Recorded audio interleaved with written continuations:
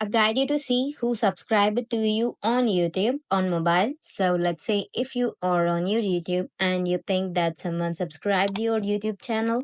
Now if you need to check that, all you need to do is that let's hop out from YouTube and you need to go for any of the web browser. So in this case I'm using my Chrome. So from here you need to search for youtube.com, let's say. So I'm tapping on here. So you need to go to the YouTube studio, which is showing you this option in the third.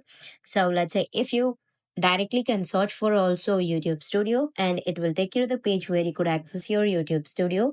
I'm tapping on here and from there it will take you to the page where you could access your YouTube channel, and here you could see that current subscribers if you zoom in, so that is 2.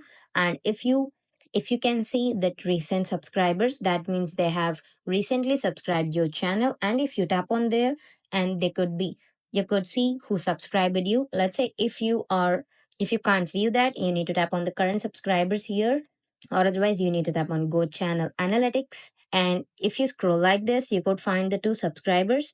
You need to tap on that subscribers count, and from here you could see the subscribers here. This is how you see who subscribed to you on YouTube mobile. Thank you.